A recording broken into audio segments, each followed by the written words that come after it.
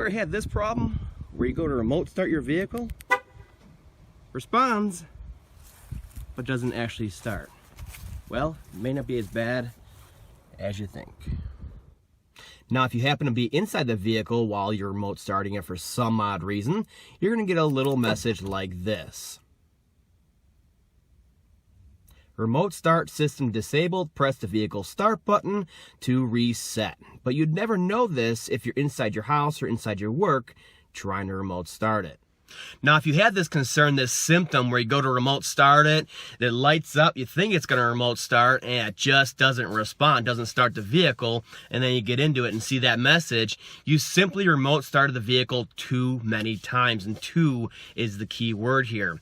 These systems are regulated to only remote start 2 consecutive times before they are disabled. And the idea is to reduce emissions, of course. Either you're going to get in the vehicle after a half an hour of remote starting or not.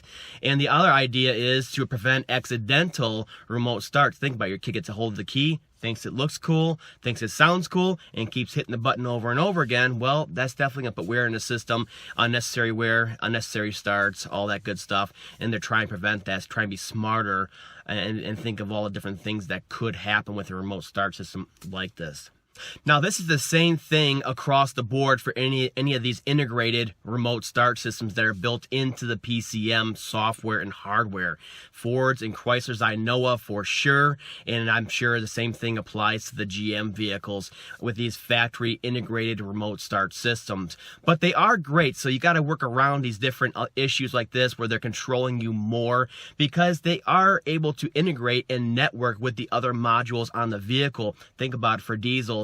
Diesel timer's already built into it. It knows it has a diesel based on the calibration, so it'll wait for the glow plugs, it'll wait for the system to prime, all that kind of good stuff.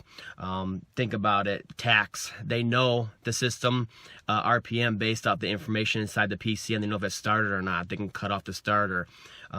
Climate control, they can make sure the windows are defrosted, they can make sure the air conditioning's on, make sure the heat's on, depending on the climate outside based on the ambient temp sensor. So they're really great because they integrate all those different sensors that are already on the vehicle. It takes all that knowledge in and uses it to make sure it's the most efficient remote start possible. But again, they have a little more control over it, but I think it's well worth it considering how well it's integrated into the system.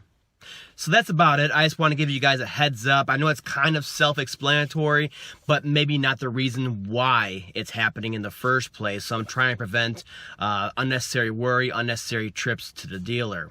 My next video, my very next video, I promise, is going to be a list of all the problems I've had with this vehicle so far. I've had about 24,000 miles on it, a couple trips across country. I mean, 3 or 4 I've had so far with this thing.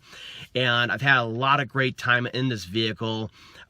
To really use it, see how it handles different situations, and of course go through and see what kind of issues it has over about a 2 years time now and 24,000 miles. So look out for a video on that in the future where I let you know my thoughts on that and if I still recommend it over the Ford F-150. So look out for that.